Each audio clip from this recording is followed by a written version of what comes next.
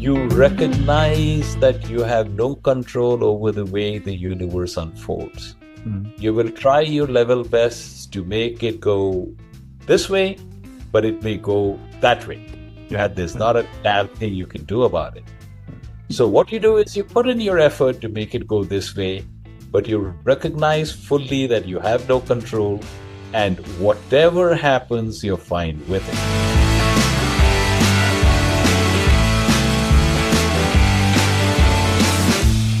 Welcome and welcome back. Hi, Florian. How are you doing? Hello, Mario. I'm doing well. Today I have a difficult question, Florian, because we also have a smart guest. So I need to ask you a difficult question to start. When did you have the last quantum leap in happiness? Oh my God. Florian? That is a tough question, my friend. I know, but we also have a professor here, so I need to challenge you. I make a diplomatic answer right now. I always have a quantum leap in happiness when we are recording our podcast. That's a good one. That's a good one. So today we do an experiment because normally we interview successful entrepreneurs about their struggle and how they go from doubt to drive. But now we learn so much and we need help in interpreting that learnings, and therefore we invited an expert who is much smarter than us to put our learnings into perspective. And we welcome today Dr. Rao. He's a top speaker and he's very famous for TED Talks. We will also put his videos in as a link in the show notes. He's also a best-selling author, an executive coach, and a former business school professor. And the reason why we invited him is he said on his website, he helped thousands of entrepreneurs to achieve quantum leaps in effectiveness, resilience, and happiness. And we're going to want to learn more. Welcome, Dr. Rao. How are you doing? I'm doing fine, Mario. How are you doing? We're good. We have today, I think, our first real international call with 3 continents, Europe, US, and me here in Asia. And I want to start with a question, Dr. Rao, which is quite obvious probably, but our entrepreneurs listening will be very excited to learn about that. How should entrepreneurs achieve quantum loops in happiness? How easy is that, Dr. Rao? How do we do that? Mario, it is both supremely easy and extraordinarily difficult. So let me explain that. Most people I know, entrepreneurs included, are very busy chasing happiness. I want to be happy. And happiness is regarded as something like a possession to be acquired. You decide you want it, you go out and find it, and then you make it part of your possessions. It doesn't work that way, Mario. Happiness is not something that you pursue. Like success, it is the byproduct of a way in which you live your life. Most of us have the model that I have to get something in order to do something so I can be something. So I have to be in a relationship so I can get great sex so I can be happy. I have to acquire a great deal of money so I can travel to exotic places on vacation and then I can be happy. I have to get X to do Y to be happy. That would be the same in the business context, Dr. Rao. Absolutely. That's why I'm speaking across context. So this is what I call the if-then model, and the model is flawed. The model itself is broken. It doesn't work. But practically everybody, when it doesn't work, say, I put the wrong thing on the if side of the equation. I thought if I got married, I would be happy. I now recognize that I married the wrong person. So I have to extricate myself from this marriage with as little financial damage as possible and marry the right person. And try it again. And then I will be happy. This is the Hollywood model. Now increasingly the Bollywood model. So people are always questioning, did I put the right thing on the if side of the equation? They never question the fact that the model itself is flawed, it's broken, it does not work. But it's true, the model is broken. Let me repeat to you, Mario, there is nothing that you have to do or get or be in order to be happy. Happiness is your birthright. It's hardwired into you. It's very difficult for you not to be happy. So, of course, I get pushback. If it's so difficult for me not to be happy, how come I've accomplished this feat effortlessly? I'm so good at not I'm happy. Yeah. And the short answer to that, Mario, is we have spent our entire life learning to be unhappy. And I'm being very serious now. We have spent our entire life learning to be unhappy. And we're learning to be unhappy because we buy into the if-then model. If this happens, then I will be happy. Okay? And the model itself is flawed. Now, let me ask you a question. You've been to Sri Lanka, you've been to Thailand, you've been to many beautiful places. Have you ever been confronted with a scene of such spectacular beauty that it took you outside of yourself to a place of great calm and serenity?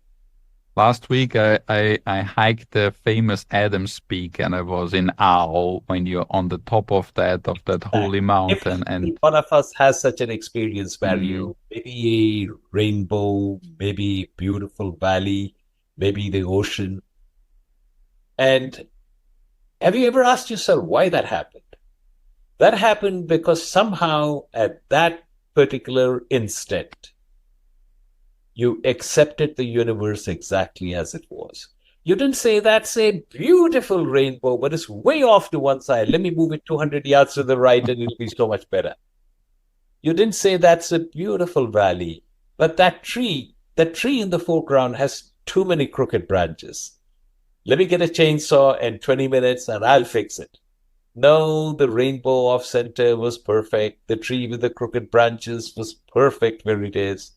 And the moment you accepted the universe exactly as it is, you didn't have to do anything to accept, to feel the joy that's always in you. It came out and enveloped you. I'm suggesting to you that your life right now with all of the problems you have, your life right now with all of the problems you think you have is every bit as perfect. But you're striving with might and main to resist one or more parts of it. No, not this way. It's got to be this way. And when you do that, you buy into the if-then model. And as I've told you, the if-then model itself is broken. It's flawed. That's how we learn to be unhappy.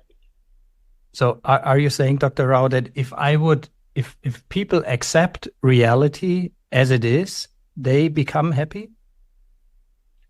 That is the absolute first step. Now, I get a lot of pushback when I said that, Florian. Yeah. So one of the things to remember that acceptance does not mean that you do nothing.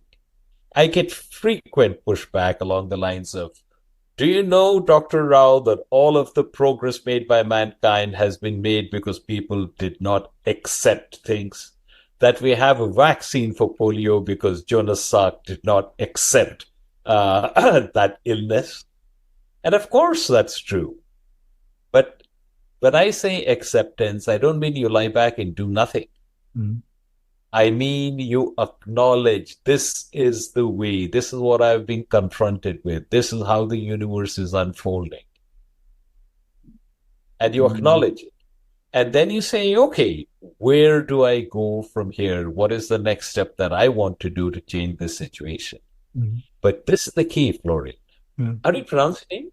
Yeah, it's absolutely correct. Florian. Florian. So here is the catch.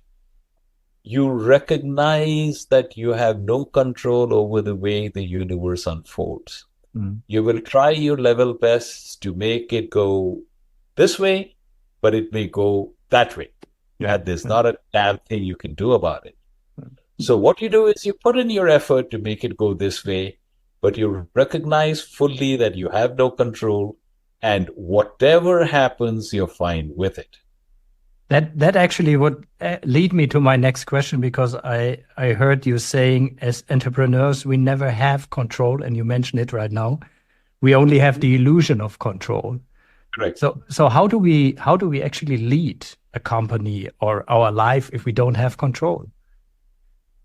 You act as if you have control, but internally you know you do not have control. But at any given time, you act as if you had control.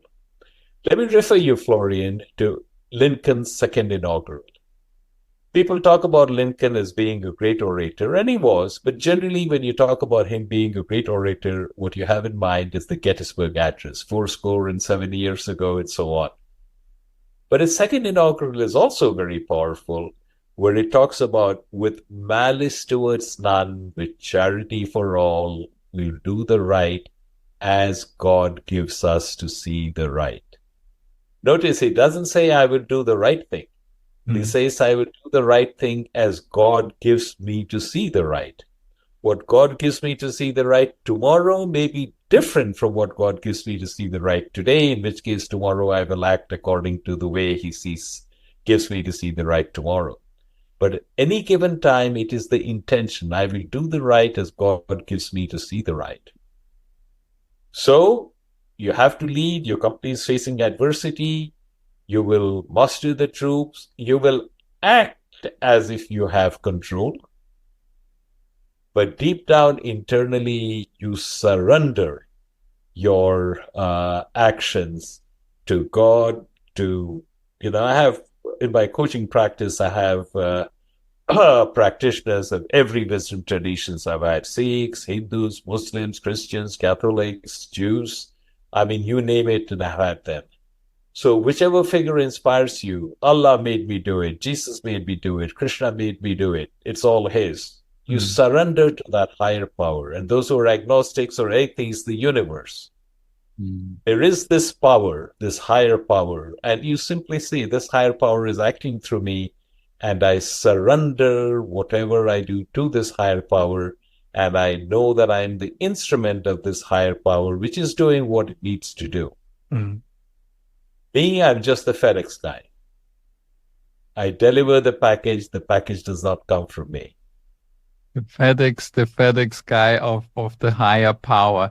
I want to come to one of the core topics, Dr. Rao, which we always pick up in the interviews with entrepreneurs, and it's about the Schwellenangst, which is a very funny German word, and it's basically the fear of threshold and borders. And it's when I listen to your speeches, you have these mental chatters, and these mental chatters reminded me on the Schwellenangst, because when you stand in front of a big decision and you have these voices in you, don't go there, it's out of your comfort zone, you don't know what it is, and then you have the other voices. So it's always this dialogue in the head, and most of the time, unfortunately, people decide not to make that decision and stay in the comfort zone. And we always talk with the entrepreneurs on how to overcome that Schwellenangst. And I would like to get that in a more professional context, because I stay with these topics of Schwellenangst quite some time, and I always get funny stories interviewing our entrepreneurs, but I never get really a professional context of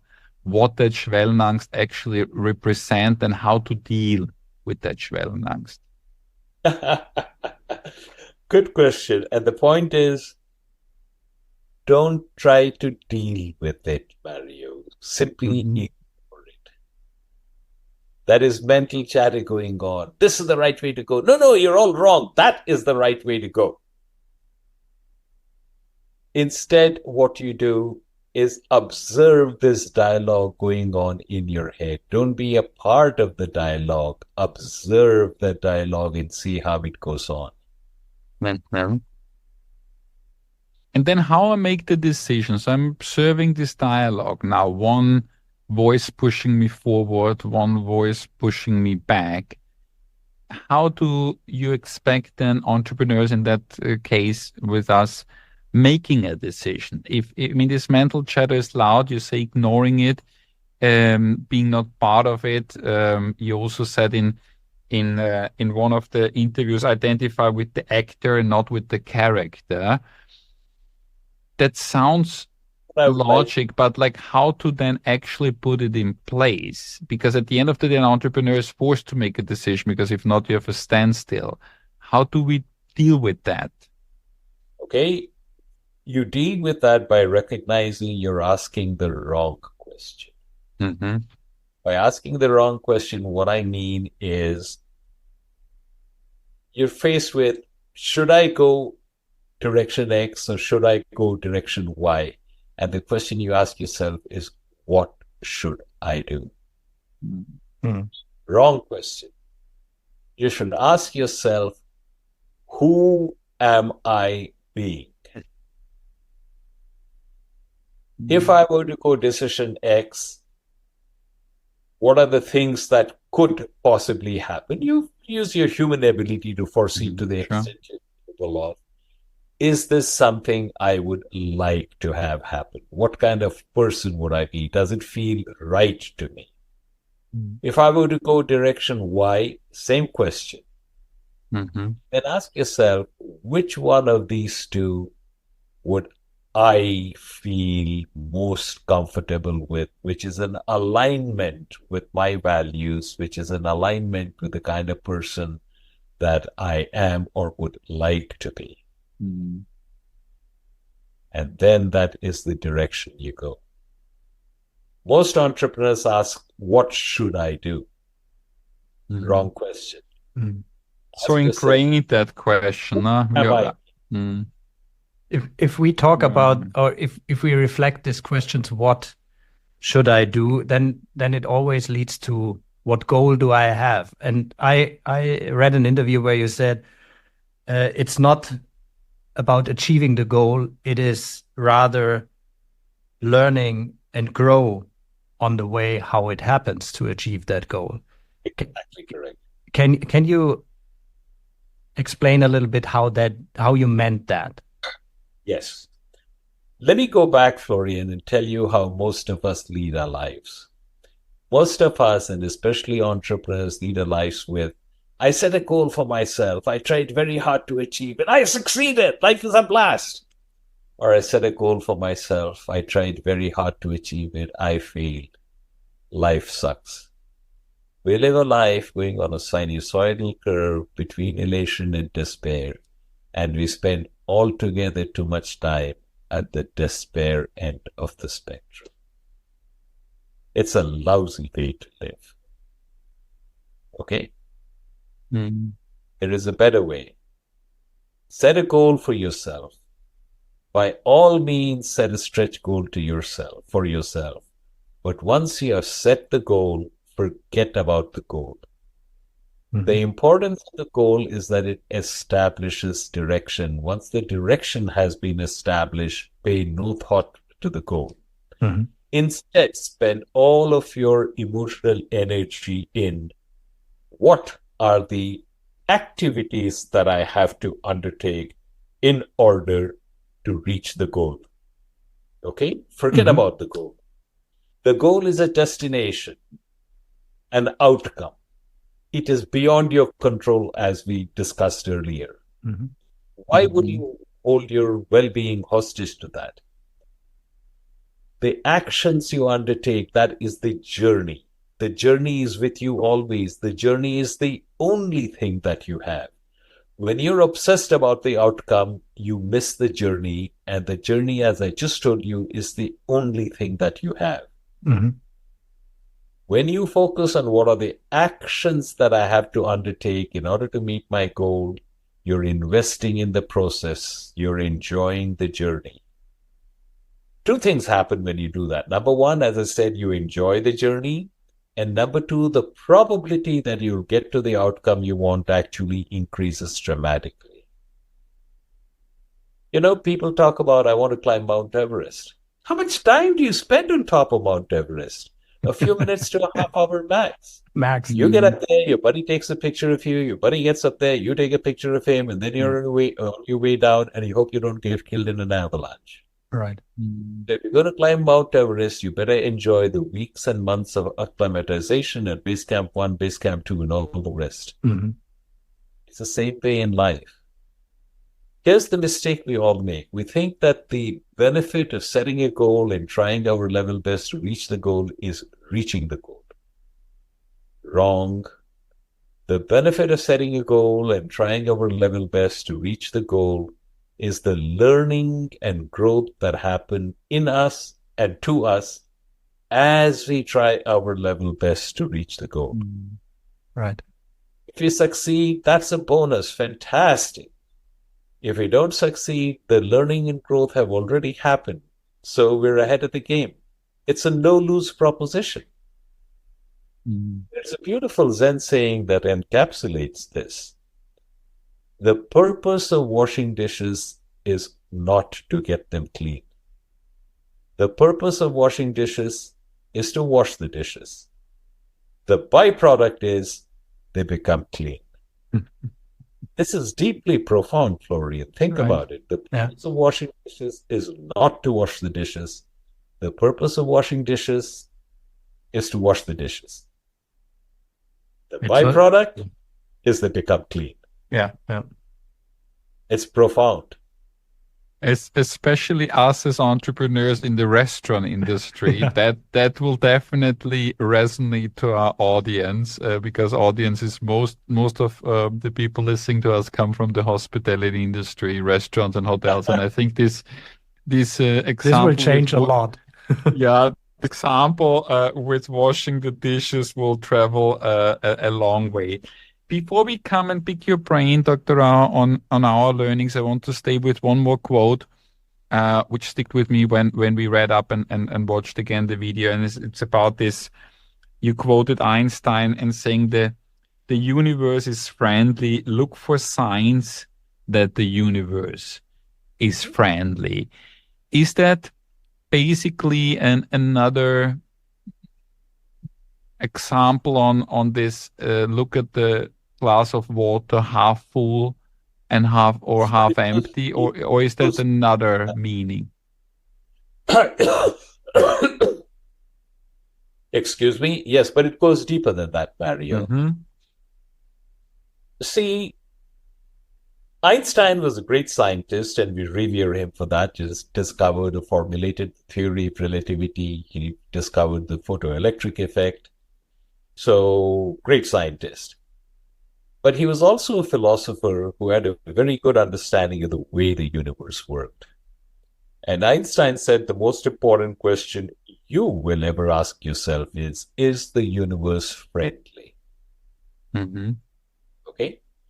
Now, there are some people who believe the universe is unfriendly and the sole purpose of the universe is to frustrate you. There are not many in number. The vast, overwhelming majority of us believe that the universe is neither friendly nor unfriendly. It's indifferent. It doesn't know I exist and couldn't care less. Here I am going around doing my thing. Here's the universe going around doing its thing. Sometimes it seems to be working with me. Sometimes it seems to be working against me. But essentially, it's a random process. Okay. What if this was not true? What if the universe was aware of your existence and the universe was friendly? Well, friends don't shaft friends, do they? So if the universe is friendly, why does it give me stuff I don't want? Like I want to travel and go on vacations and the universe gives me pandemics and lockdowns. Well, what if the universe gave you not what you wanted, but exactly what you needed for your learning and growth? It's like you're a small child and you want a tub of ice cream. And the universe, through your parents, gives you fruits and vegetables. And you don't want fruits and vegetables. You want a tub of ice cream. But the universe gives you fruits and vegetables. It isn't until you reach a much greater level of wisdom and maturity that you can say, thank God I got fruits and vegetables. What if the universe was like that? What if the universe gives you precisely what you need for your learning and growth? Not necessarily what you want. It may give you something you don't want, but that's needed for your learning and growth. What if? Does it become clear to you that regardless of whether the universe is friendly or not, if you believe the universe was friendly, your experience of life would become a whole lot better? Right? So true. And a very smart learning from a smart person brought to life. by you. I want to switch to I haven't finished yet. Sorry. Because they have got to the point of believing in the friendly universe, superior mental model. But how do you adopt this superior model? Just because you recognize in your head that it's a superior mental model doesn't mean you can adopt it. So how can you believe the universe is friendly when all your life you've been going around believing the universe is indifferent?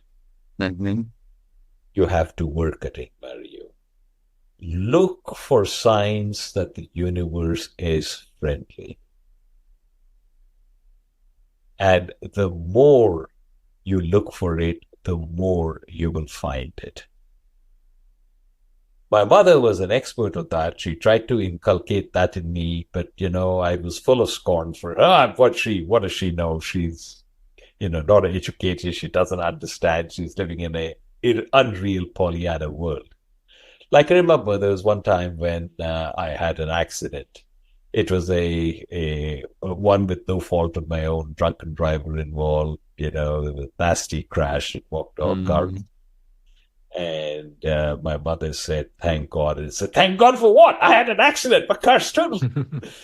No, but don't you recognize you could so easily have been hurt, but, you just had a few minor scratches and you were able to walk away from that. It could have been so terrible. And God saved you that day. And I said, she's crazy. Why did it have to happen at all? If God wanted to save me, he could very well have not had the accident happen. And it's many, many decades later that I can recognize, yes, she was right. It could have been so much worse. Any tragedy you have could be the savior for a much worse tragedy which did not happen. Right. Oh, really horrible, atom bombs dropped on Hiroshima and Nagasaki. It's entirely terrible. Yeah. But, maybe it ended the war. Maybe it prevented more loss and loss of life and more horrendous thing happening. And guess what? Even after this demon of nuclear bombs was first exposed to the world, they survived 80 years without another one. Who knows? Right. So you can choose where you direct your attention. And when you choose where you direct your attention, you'll find that there are any number of ways in which the universe has your back. And they're all around you. Look for signs that the universe is friendly. The universe definitely sent you to us to help us to put things in perspective. When we interviewed now over 20 entrepreneurs about their struggles, their roadblocks, and how they get back into the drive, we wrote a white paper and tried to condense the main themes, because we tried to find the red lines, what is actually important in terms of crisis and self-doubt and doubt. And we don't want to run all 7 themes, but we want to pick 2. And one theme which came up all the time is the theme of resilience.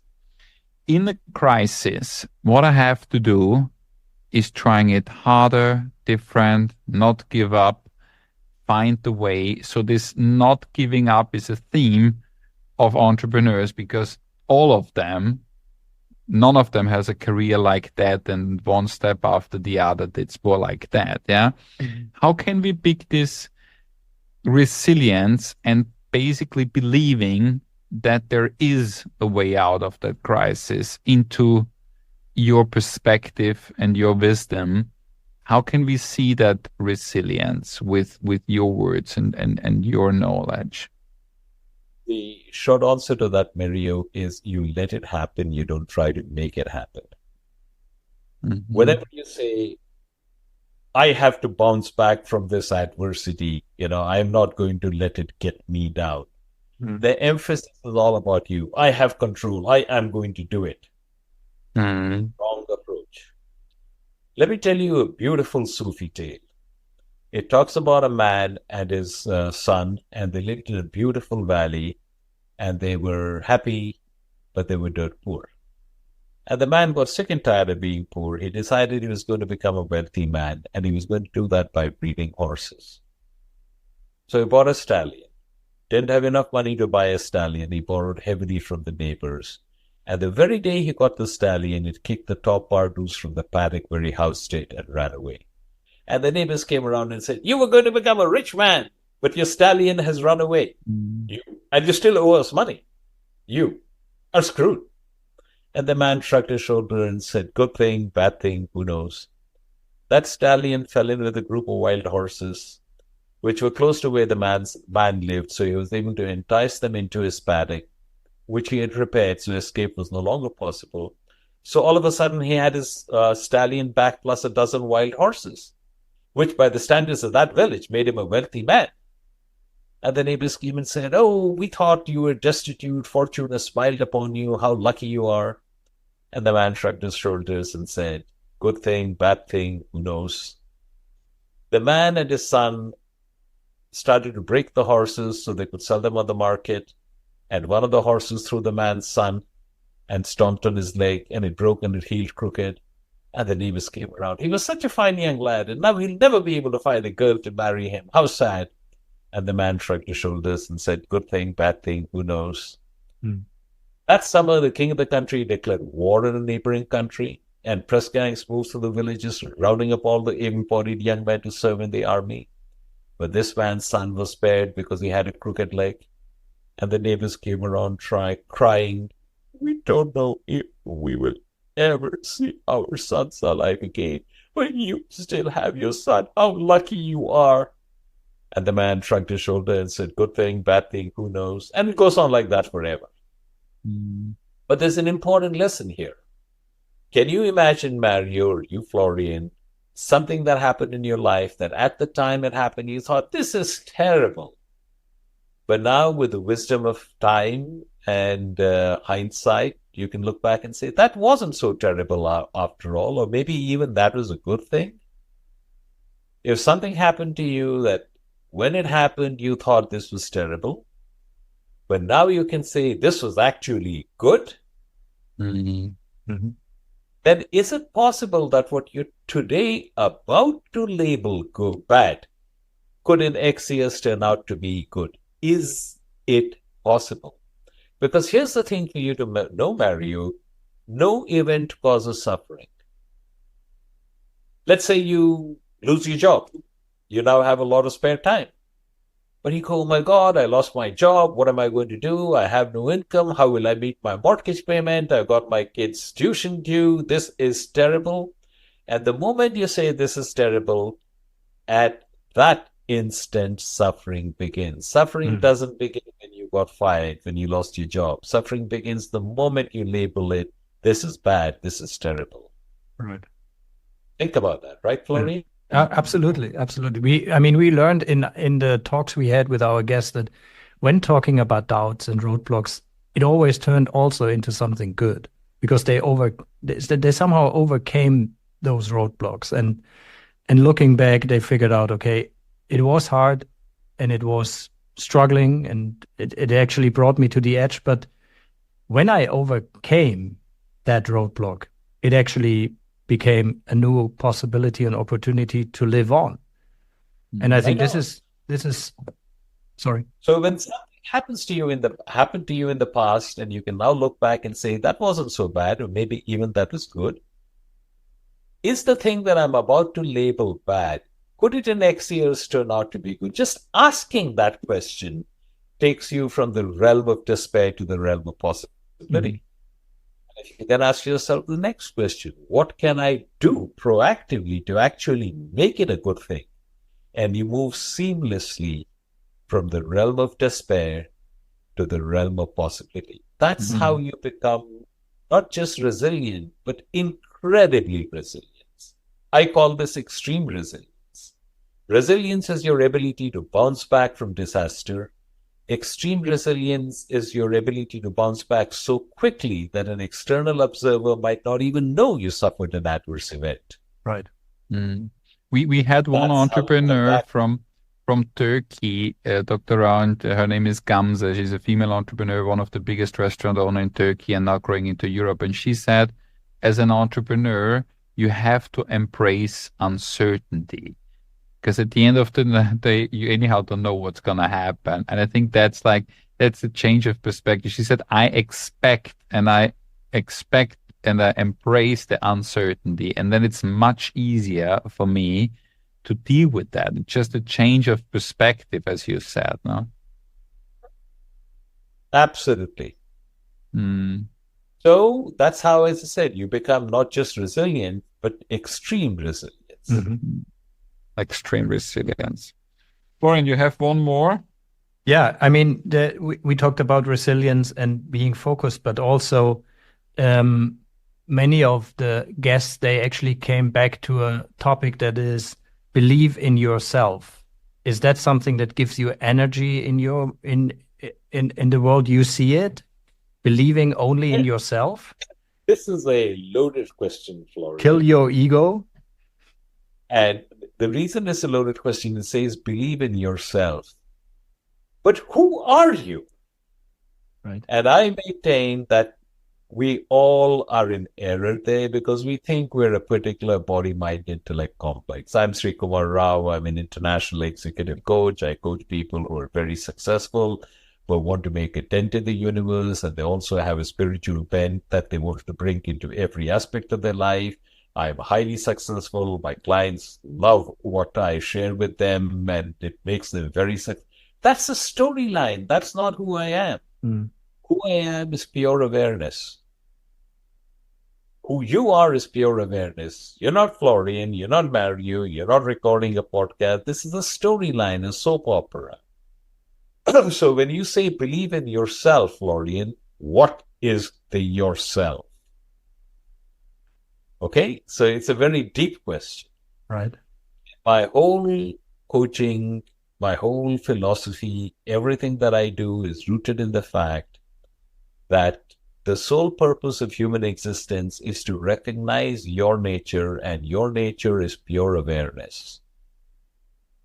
Realize Brahman, Nirvana, Kingdom of Heaven. Different traditions have different words for that, but they're all talking about the same thing. You are part of that underlying force, the spirit, if you will. And this body, mind, intellect complex, that's just a role that you're playing. That's not who you are. That is what you believe in. Learning. Go ahead, Fran. So who am I? Am I just a part in a bigger game in that sense? You're a tiny part of the bigger game, but you are also the bigger game. So look upon it this way. There is the ocean and there is the wave on the ocean. And you look at the wave and it has a name and form.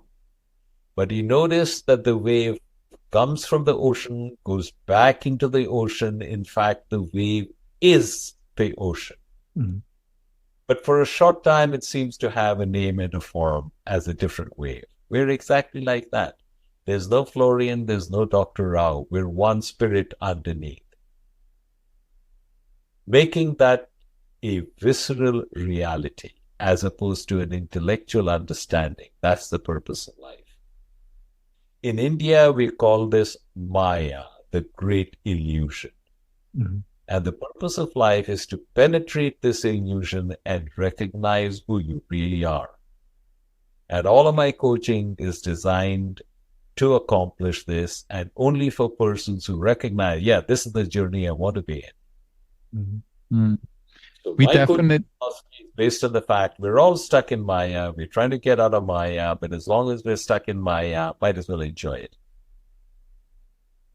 we will definitely, just a hint to the listeners, we will put the website of Dr. Rao in the notes, because if you want to dig deeper, and I think everybody gets the appetite, there is a great executive coaching with Dr. Rao. Before I let Florian to ask our signature question at the end, you're a very deep, reflected person, and I would like to see how you see the current world, or what you see as an issue in that world, because we always ask that question to the entrepreneurs and leaders, what keeps them up at night? And some of them, big problems very close to them, their company, their family, their immediate surrounding, won't go very deep into the crisis of that world. And I think our listeners would be very interested to hear from you what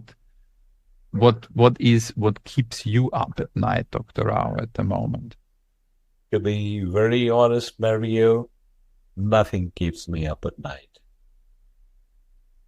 Look, if stuff were to bother a person, perhaps the person in all of history who had the greatest amount of responsibility on his shoulder was Dwight David Eisenhower on June 4th, 1944, eve of D-Day. Mm-hmm. Tens of thousands of people were ready to get on planes and jump out. Thousands of fighter planes and bombers were ready. Thousands of ships of all sizes were there carrying hundreds of thousands of people for the invasion of Normandy. In a very real sense, the fate of the entire world rested on his shoulders and the decisions that he made. Mm-hmm. If ever there was a person who should have been all stressed out, it was Eisenhower at that time, right? True. But he went to bed and he slept like a baby, and later on he explained, I had the best meteorologists I could find to give me their best predictions on the weather. I took my most able generals and put them in command of different segments of the invasion force. And having done all of that, there was nothing more I could do. So I went to sleep. Wise man, wise words. Florian, I give you the signature question at the end. And solid trust. It's amazing.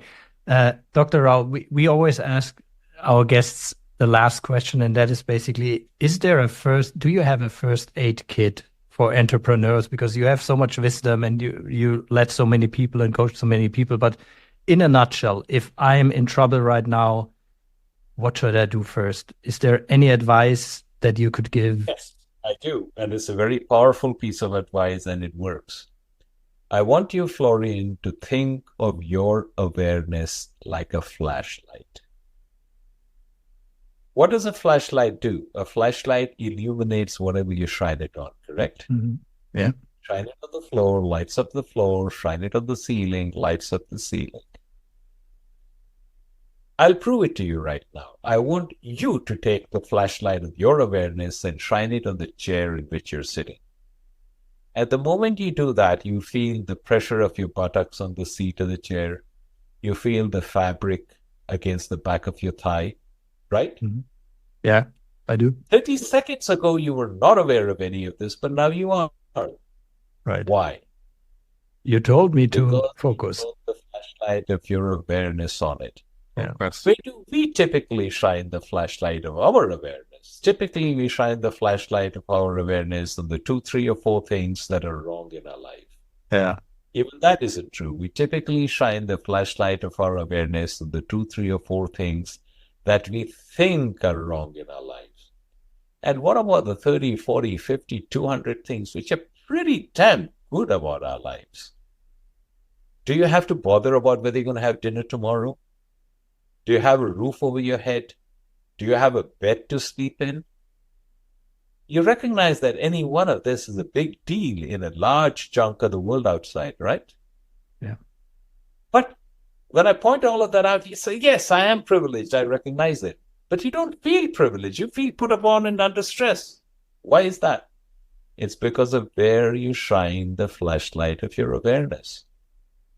So starting immediately, do it before you go to bed at night. Shine the flashlight of your awareness on the many ways in which you're truly fortunate and incredibly blessed. Mm-hmm. When you get up in the morning, don't go immediately to the space, oh my God, there's so much to do and I don't have enough time to do it all. Go back to that place where you're truly blessed. Bathe in it, shower in it, marinate in it, soak in it. as you go through the day, repeatedly come back and rehearse it in your mind. I'd like you to live in the default emotional domain of appreciation and gratitude. Because when you're in the default emotional domain of appreciation, gratitude, you're not angry, you're not nervous, you're not anxious, you're not scared. The two cannot coexist. Mm-hmm. And from that emotional domain of appreciation, gratitude, you then go out and tackle the things in your life that you would like to be different, what you call problems. But do it from the space of appreciation, gratitude, and not from the space of want.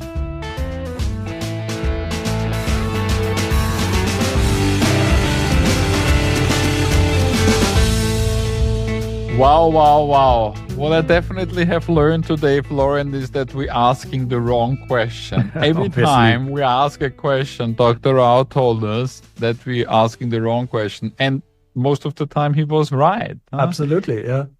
The questions he asked at deeper level, Florian. We're missing the philosophic study. I'm so happy we're doing that. I'm really happy that such an icon made it to us. Mm-hmm. Happy is a good keyword. Happy is a good keyword. What was our learning, Florian? What do we have? Let's compare notes. Yeah, that actually happiness is a birthright. Because happiness is a birthright, yeah. It's something we pursue and it's a byproduct, but we unfortunately follow the if-then model by chasing happiness. A flawed model, yeah. I really think it's eye-opening, and I think when we first stumble across Dr. Rao, it's really eye-opening because you see that you're so often running in the wrong direction. Like even with my main favorite topic of the Schwellenangst, he also basically made it very clear that just by changing the question, the answer change. Yeah, sometimes it is just about asking the right questions. Yeah, absolutely. And that actually leads me to the next one where he said, control is an illusion. You act like you have control, but you don't actually have control because you surrender to a higher power in that sense. And we always try to have control and we think we are in control, but actually we are not. We are just pretending to be in control. Yeah. And nevertheless, as he pointed out, it is important to act as we have control because I think otherwise we would all run like completely chaotic, but we just should be aware. I think this is awareness that it's like that we don't have the control. The next thing I had noted down for is about goal setting. Yeah.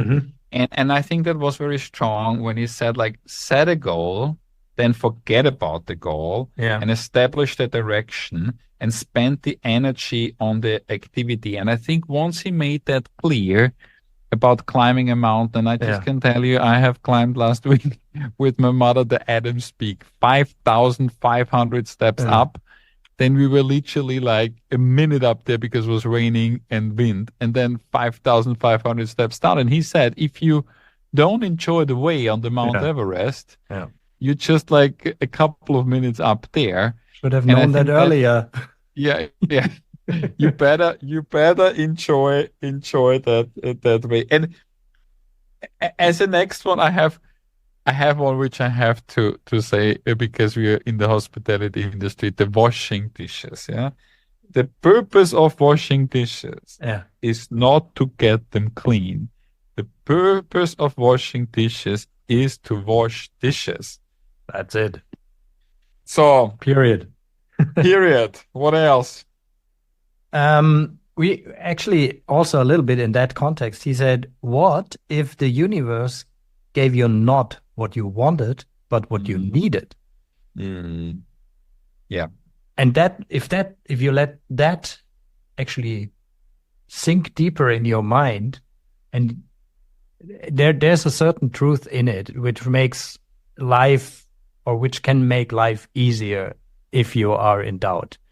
If you can actually find guidance through that.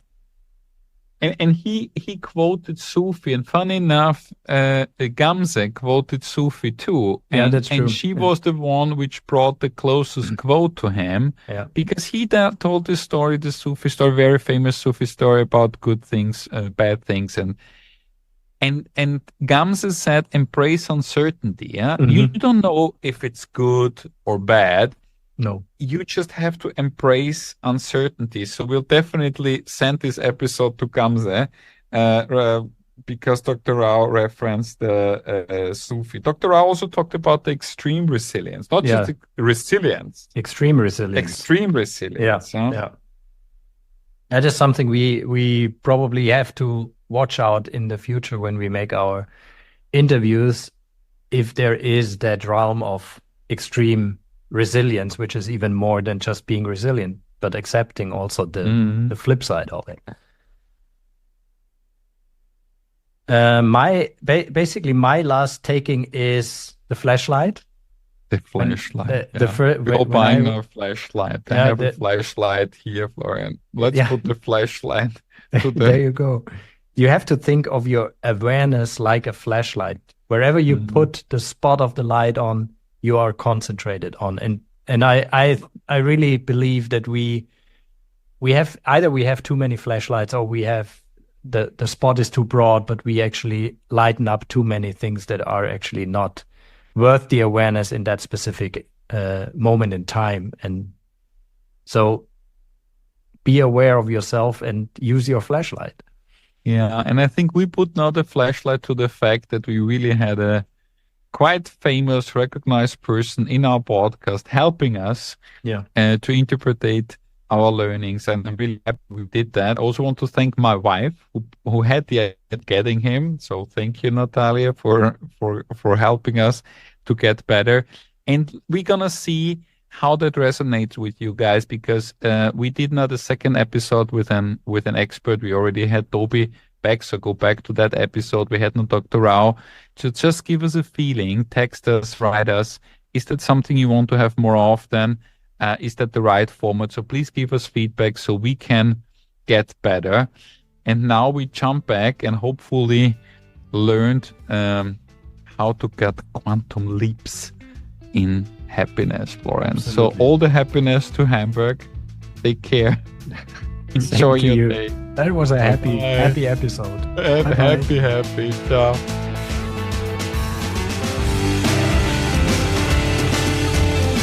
Wow. We hope you've enjoyed this episode as much as we did. But sharing is not just caring. It is also empowering. So recommend this podcast to fellow entrepreneurs who might need a dose of inspiration. And don't forget to hit the subscribe button so you'll never miss out on future episodes. Thank you for being part of the community from Doubt to Drive Entrepreneurs Only. Mario and Florian are already gearing up for the next episode. Until then, stay tuned, stay driven, and we'll be back next week.